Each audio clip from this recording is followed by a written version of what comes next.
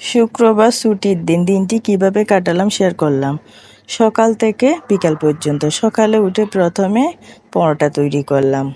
তারপর রাত্রে কেটে রাখা আলু, টমেটো কুচি, বরবটি কুচি, পেঁয়াজ, কাঁচামরিচ কুচি দিয়ে ভাজি করলাম সকালের নাস্তার জন্য। সকালের নাস্তা শেষ করার পরে মাথায় দেখি চুল ঝরতেছে, সেজন্য বারান্দা বাগানের অ্যালোভেরা অর্থাৎ হাতে থাকা উপকরণ দিয়ে তেল তৈরি করলাম। আমি যেই তেলটা ইউজ করি সেই তেলটা দিয়ে অ্যালোভেরা আর কালো জিরা। তারপর দুপুরে রান্নার জন্য সব কাটাকুটা করে নিলাম। করে নেওয়ার পর প্রথমে কচুরলতি, চিংড়ি মাছ, একটা কাঁচা আম দিয়ে কচুরলতি রান্না করলাম। তারপর ডাল দিয়ে শাক রান্না করলাম। এরপরে দোমাচা, ছোট ছোট বেলে মাছ আর লইট্টে শুটকি দিয়ে।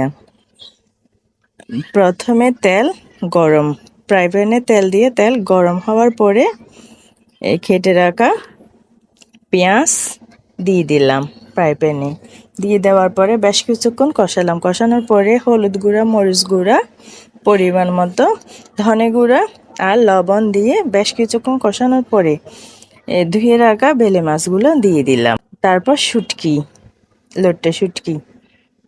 এই রেসিপিটা আমার মা করত শঙ্কর নদীর ছোট ছোট চিংড়ি মাছ দিয়া।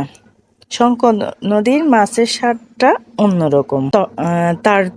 তরতাজা মাছ পাওয়া যায় শঙ্কর নদীর মাছ।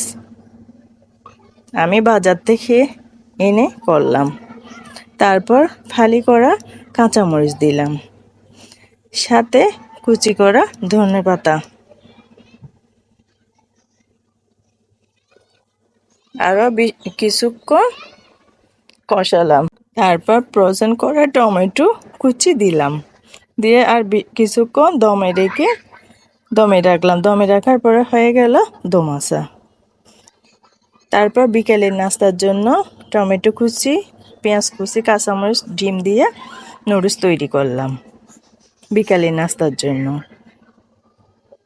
সাথে গাঢ় 1 কাপ কফি করার জন্য প্রথমে চিনি কম তাই সেজন্য হাফ চা চামচ চিনি আর 1 চা চামচ কফি, 1 চা চামচ থেকে বেশি হবে। তারপর 1 কাপ গরুর দুধ দিয়ে কফি তৈরি করলাম বিকালের নাস্তার জন্য, গাঢ় কফি। সকালে আদা চা দিয়ে দিনটা শুরু করি। আল্লাহ হাফেজ।